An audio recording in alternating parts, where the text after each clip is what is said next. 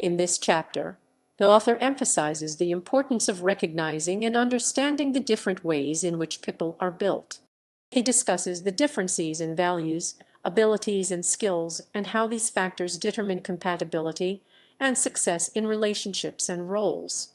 The author delves into the various ways in which people think, such as left-brained versus right-brained thinking, detailed versus big-picture thinking, memory-based learning versus reasoning-based. The author also explores the differences between planners and perceivers, those driven by emotions versus those driven by intellect, risk-takers versus risk-averse individuals, and the author encourages the use of personality assessment tests and reflections on experiences to identify these differences and ensure that they are embraced and considered in interactions. The chapter concludes with the reminder that people who think differently may have difficulty communicating and relating to one another, and it is important to be mindful of these challenges. Overall, the chapter highlights the significance of understanding and appreciating the diverse ways in which people are built in order to create successful teams and assign responsibilities effectively. In this chapter, the author emphasizes the importance of hiring the right people for your organization. The penalties of hiring the wrong person can be huge, so it's crucial to invest time and effort into the hiring process. Instead of focusing solely on skills, the author suggests weighing values and abilities more heavily when making hiring decisions. It's important to determine whether the candidate shares the same goals and values as your organization. To ensure a successful hire, the author recommends writing a detailed job description that includes the profile of the ideal candidate. It's also important to select appropriate people and tests for assessing the qualities needed for the job. The results of these assessments should be compared to what you've decided is needed for the job. The author also advises choosing interviewers who can identify the qualities you're looking for in a candidate. It's important to remember that people tend to pick people like themselves, so selecting interviewers who embody the desired qualities can lead to better hiring decisions. Personality assessments can also be a valuable tool in understanding a candidate's abilities, preferences, and style. When evaluating candidates, it's important to dig deep and understand the reasons behind their past actions.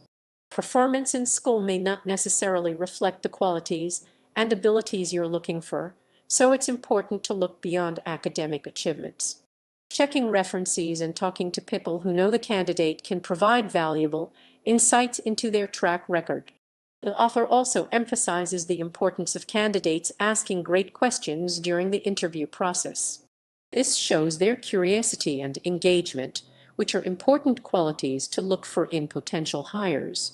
It's important to be transparent with candidates and show them the real picture of your organization. Sharing the principles and values of your company can help candidates understand how you operate and why. Instead of hiring people solely based on their fit for a specific job, the author suggests hiring people you want to share your life with. Long-term relationships based on shared missions and values are more valuable and efficient in the long run. Lastly, the author advises looking for people who sparkle and stand out from the crowd. Hiring someone who is outstanding in their field can make a huge difference in the success of your organization. Overall, the key takeaway from this chapter is to be thorough and thoughtful in the hiring process.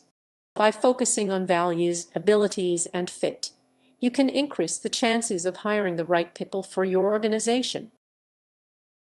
In this chapter, the author discusses the principles of effective management. They emphasize the importance of understanding the differences between managing, micromanaging, and not managing. Micromanaging involves telling employees exactly what tasks to do and doing their tasks for them, while not managing means allowing employees to do their jobs without oversight. Effective management involves constantly improving the performance of your team and understanding how well they are working towards achieving goals. The author uses the analogy of skiing together to describe the ideal relationship between a manager and their team. Like a ski instructor, a manager should have close contact with their employees, assessing their strengths and weaknesses and providing guidance and feedback. An experienced skier would be more critical and better able to assess the performance of another skier than a novice skier.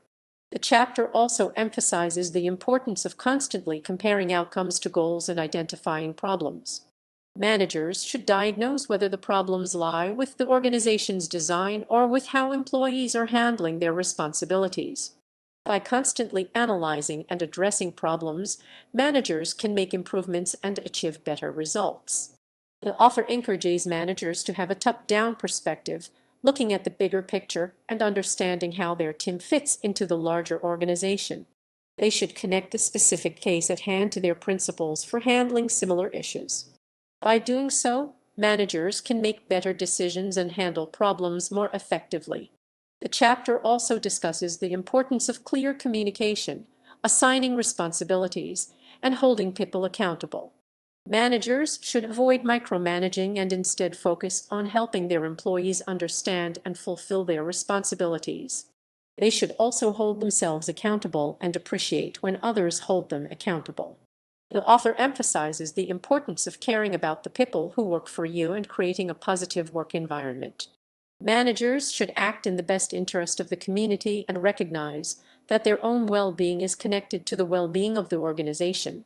They should also challenge their employees and themselves to do difficult things in order to achieve excellence.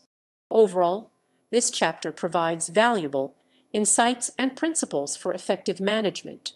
By following these principles, managers can improve their own performance and the performance of their team, leading to greater success for the organization as a whole.